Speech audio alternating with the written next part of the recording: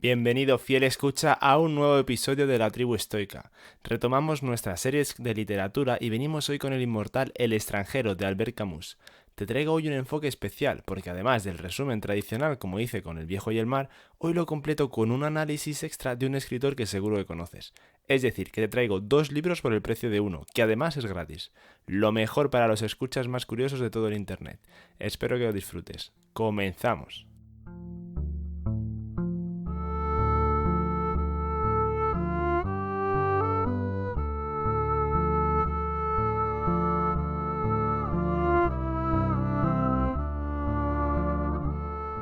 El extranjero es una novela filosófica escrita por el autor francés Albert Camus en 1942 y es considerada un clásico de la literatura existencialista y absurda del siglo XX.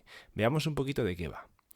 La historia se desarrolla en la Argelia colonial, donde Mersault, un hombre de origen francés, lleva una vida rutinaria y apática. Es un empleado de oficina que vive de forma bastante anodina y sin aspiraciones claras. La novela comienza con la noticia de la muerte de la madre de Mersault en un asilo de ancianos. Su actitud hacia la muerte de su madre es peculiar. Parece no sentir ninguna emoción, ni tristeza ni remordimiento.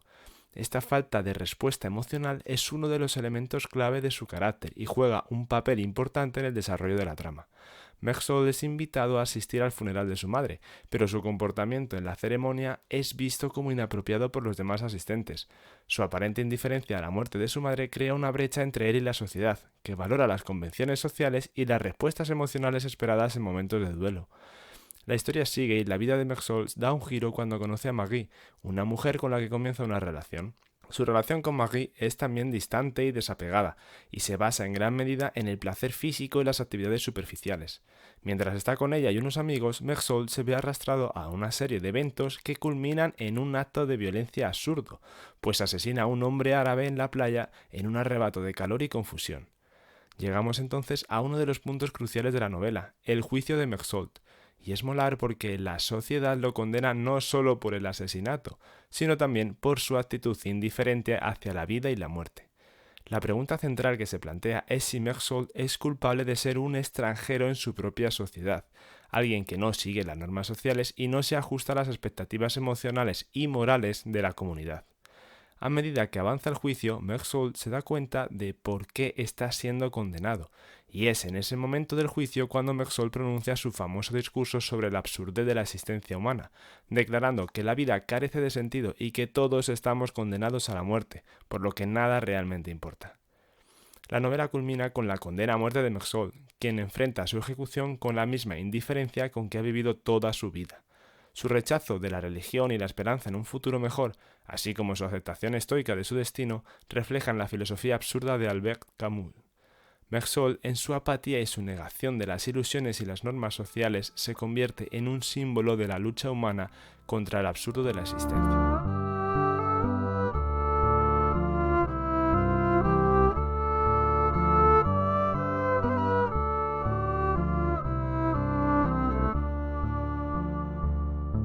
El momento ha llegado para conocer la otra interpretación al respecto, que no es otra que la de Vargas Llosa, el autor del que te hablaba en la introducción. Para conocer lo que pensaba Vargas Llosa de esta novela, utilizaremos su libro titulado La verdad de las mentiras. Aunque ya dijimos que se publicó en 1942, nació como proyecto, al parecer, en agosto de 1937, aunque de manera muy vaga, cuando Camus convalecía en un sanatorio de los Alpes de una de las muchas recaídas que padeció desde la tuberculosis de 1930. La época y las circunstancias en que fue concebido el extranjero son ilustrativas. En el helado pesimismo que bañaba la historia en lo que se refiere a la sociedad y a la condición humana tuvieron mucho que ver, sin duda, la enfermedad que debilitaba por épocas ese cuerpo sensible y la angustiosa atmósfera de la Europa que vivía al final de la entreguerra y el comienzo de la segunda conflagración mundial. El libro fue recibido como una metáfora sobre la sinrazón del mundo y de la vida, una ilustración literaria de esa sensibilidad absurda que Camus había descrito en el mito de Sísifo, ensayo que apareció poco después de la novela. Mersault sería la encarnación del hombre arrojado a una vida sin sentido, víctima de unos mecanismos sociales que bajo el disfraz de las grandes palabras, el derecho o la justicia, por ejemplo, solo escondían gratuidad e irracionalidad. Pariente máximo de los anónimos héroes kafkianos, Meursault personificaría la patética situación del individuo cuya suerte depende de fuerzas tanto más incontrolables cuanto que son ininteligibles y arbitrarias. Pero muy pronto surgió una interpretación positiva de la novela. Meursault como prototipo del hombre auténtico, libre de las convenciones, incapaz de engañar o de engañarse, a quien la sociedad condena por su ineptitud para decir mentiras o fingir lo que no siente. El propio Camus dio un respaldo a esta lectura del personaje, pues en el prólogo para una edición norteamericana del extranjero escribió: «El héroe del libro es condenado porque no juega el juego, porque rechaza mentir. Mentir no es solo decir lo que no es, también y sobre todo significa decir más de lo que es, y en lo que respecta al corazón humano, decir más de lo que se siente. Esto es algo que hacemos todos a diario para simplificar la vida. Meursault, contrariamente a las apariencias, no quiere simplificar la vida. Él dice lo que es, rehúsa enmascarar sus sentimientos y al instante la sociedad se siente amenazada. No es del todo erróneo, pues, ver en el extranjero la historia de un hombre sin actitudes heroicas que acepta morir por la verdad». Esta es una interpretación perfectamente válida, aunque ya lo veremos incompleta, y ha pasado a ser poco menos que canónica en los estudios sobre Camus. El extranjero, alegato contra la tiranía de las convenciones y de la mentira en que se asienta la vida social. Mártir de la verdad, Meursault va a la cárcel, es sentenciado y presumiblemente guillotinado por su incapacidad ontológica para disimular sus sentimientos y hacer lo que hacen los otros hombres, que es representar. Sin embargo, esta visión del extranjero me parece parcial e insuficiente.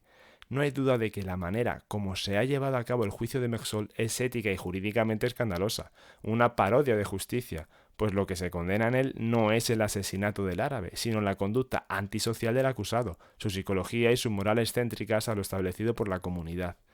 Pero de ahí a condenar a la sociedad, que lo condena por ser teatral y reposar sobre un mito colectivo, es ir demasiado lejos. La sociedad moderna no es más teatral que las otras. Todas lo han sido y lo serán, sin excepción posible, aunque el espectáculo que represente cada una de ellas sea distinto. No hay sociedad, es decir, convivencia, sin un consenso de los seres que la integran respecto a ciertos ritos o formas que deben ser respetados por todos. Sin este acuerdo no habría sociedad, sino una jungla donde solo sobrevivirían los más fuertes. Al final, el mito colectivo es el pacto tácito que permite a los individuos vivir en comunidad. Esto tiene un precio que al hombre, lo sepa o no, le cuesta pagar: la renuncia a la soberanía absoluta, el recorte de ciertos deseos, impulsos, fantasías, que si se materializaran pondrían en peligro a los demás. La tragedia que Meursault simboliza es la del individuo cuya libertad ha sido mutilada para que la vida colectiva sea posible. Eso, su individualismo feroz, irreprimible, hace que el personaje de Camus nos conmueva y despierte nuestra oscura solidaridad. En el fondo de todos nosotros hay un esclavo nostálgico, un prisionero que quisiera ser tan espontáneo, franco y antisocial como él. Pero al mismo tiempo es preciso reconocer que la sociedad no se equivoca cuando identifica a Meursault a un enemigo, a alguien que, si su ejemplo cundiera, desintegraría al todo comunitario. Su historia es una dolorosa pero inequívoca demostración de la necesidad del teatro de la ficción, o para decirlo más crudamente, de la mentira en las relaciones humanas. El sentimiento fingido es indispensable para asegurar la coexistencia social, una forma que, aunque parezca hueca y forzada desde la perspectiva individual, se carga de sustancia y necesidad desde el punto de vista comunitario. Si los hombres fueran, a la manera de Meursault, puro instinto, no solo desaparecería la institución de la familia, sino la sociedad en general, y los hombres terminarían matándose de la misma manera banal y absurda en que Meursault mata al árabe en la playa. Otro aspecto curioso de este personaje es que, pese a ser antisocial, Meursault no es un rebelde, pues no hay en él ninguna conciencia de inconformidad. Rehúsa el pacto social, incumple los ritos y formas que sostienen la vida colectiva de manera natural, y sin ni siquiera advertirlo, no por una ideología. Si tuviera ideas o valores con que justificar sus actos, su manera de ser, acaso sus jueces serían más benevolentes. Podrían contemplar la posibilidad de reeducarlo, de persuadirlo o de que acepte la norma colectiva. Pero siendo como es, Meursault es incorregible e irrecuperable para la sociedad. Con su comportamiento perturbador, Meursault muestra la precariedad y la dudosa moral de las convenciones y ritos de la civilización.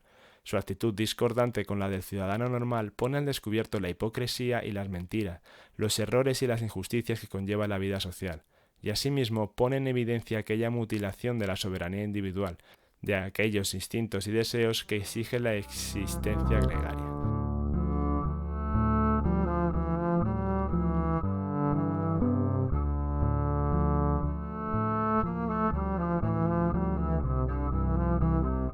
Y con esta idea final nosotros acabamos el episodio. Espero que este nuevo enfoque de tratar la misma novela desde 2 puntos de vista haya sido de tu agrado y te haya servido para conocerla un poco mejor. No descarto hablar de más libros de esta misma manera, pues creo que complementa bastante bien con la otra serie un poco más densa de Los enemigos del comercio, y también quizás despierte a alguno la curiosidad y le anime a leerse el libro en cuestión. Ahora la pregunta que te dejo es para ti. ¿Tú crees que deberíamos seguir manteniendo todas estas ficciones que sustentan la sociedad o el trato en común? ¿O que deberíamos ser cada uno ferozmente individualistas y no fingir para nada? Es una pregunta que, quieras que no, tiene su historia. En fin, que me entretengo. Suscríbete si no lo estás, que vendrán más como esto, y déjame un comentario si te ha gustado. Y si le das a like, pues mejor que mejor. Nos escuchamos en el siguiente episodio. Un saludo, estoicos.